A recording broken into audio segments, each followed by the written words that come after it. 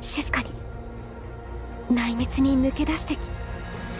ああ、あなたがロドスの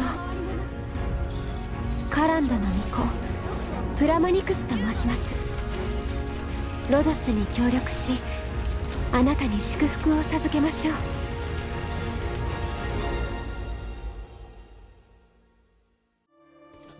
Codename Pramanix is one of the two sisters of the SilverAsh family, with the other being Cliffheart.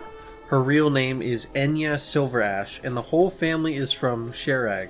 She's a member of the feline race, which I don't think I really need to explain further. She's a cat, SilverAsh is a cat, and Cliffheart is, guess what? A cat. She took up the role of Carlin Saintis, which is the leader of the Sherag religion. Sherag is a pretty religious country overall, so this is a big deal. Imagine basically being the Pope. The people of Sherag believe they are being protected by Sheragander, the goddess of this land who led her people into the rugged mountains. Pramanix did not choose this position though. She was forced into it by her brother during his political reform of the country.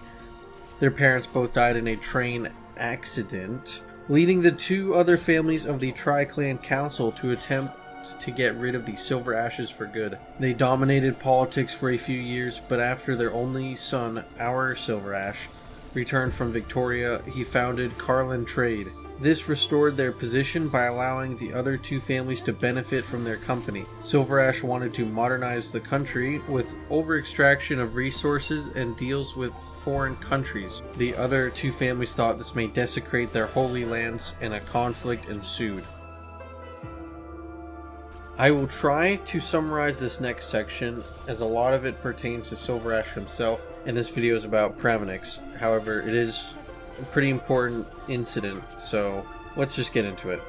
In hopes to appease the other families, SilverAsh fires Gnosis, who had planned the operation to build railroads and other nonsense into the mountains. This did not satisfy them, and they insist that the SilverAshes leave the council for good. SilverAsh's ambition got out of control, and he forces Pramanix to become the Carlin Saintess so that she can make any decision about the country she wants. The role of Carlin Saintess is such an important role that it is known worldwide. They are also known as the Enlightened One or the Praised One, all of which will belong solely to Pramanix. Her position is so high that even her older brother, who is Sherag's most senior official currently, must bow to her in public.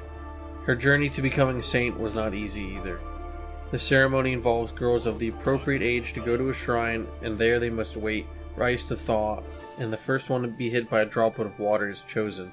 Afterwards, they take the trial bell and follow Heaven's road up the mountain to the residence of the gods. Once they hang the bell onto a hook up there, the trial is over. Whilst walking up the road, the girl must nod her head every 3 steps and ring the bell every 5.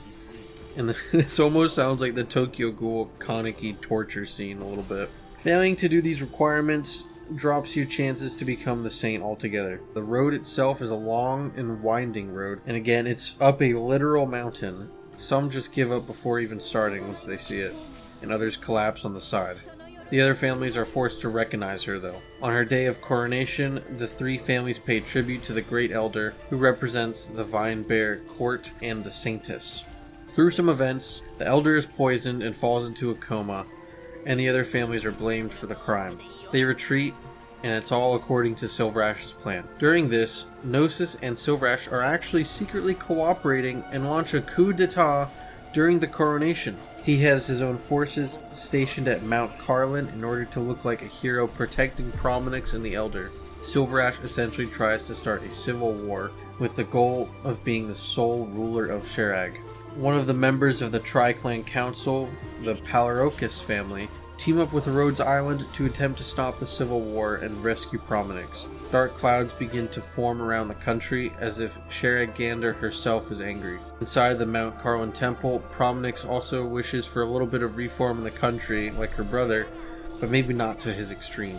However, Pramanix did not want to see the families take each other out with violence and used her newfound position to end the conflict. Cliffheart secretly snuck into the temple during this, and with her and Chief Maid Chera, gave Pramanix some encouragement about her decision. Upon descending the mountain, she casts a small miracle and makes the clouds depart from her path. The fighting stops, and everyone must now bow to the new Carlin Saintess. Since becoming the Saintess, she and her brother have not had a conversation since. They exchanged polite greetings in public, but nothing more.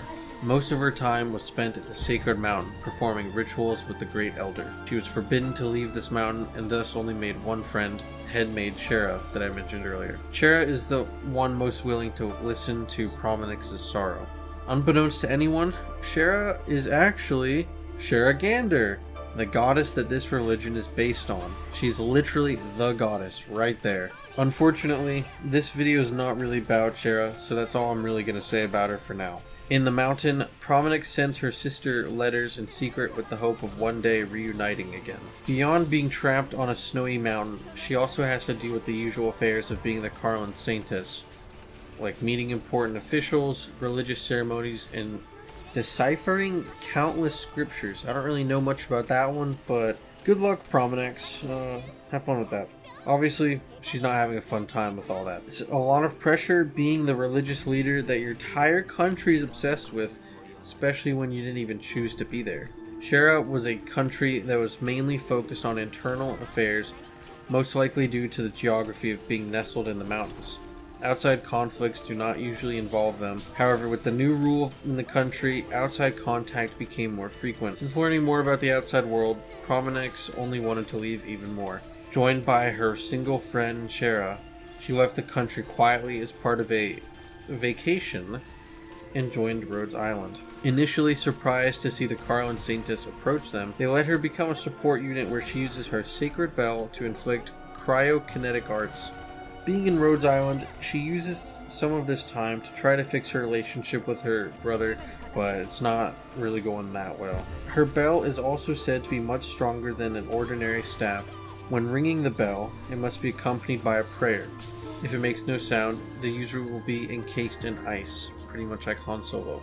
If you make a mistake in using it, the arts will go to the user instead. Basically, Pramanix is the only one who would be able to use the bell effectively right now. Going to her dialogue, she says she is good friends with the Carlin goddess since they meet up for work a lot. Whether that's a joke though, or her saying that she's literally friends with the goddess is a bit up to interpretation in my opinion. She frequently says in her voice lines that she is busy being the Saintess, but is still willing to help out when she can. I'm gonna let this voice line play since I think it's pretty important to her character. 幼子の頃、外で足を痛めてしまったことがございます。お兄様が私を背負い、一晩中歩き回って人家を探してくれました。あの時はお兄様のような立派な人間になりたいと思ったものです。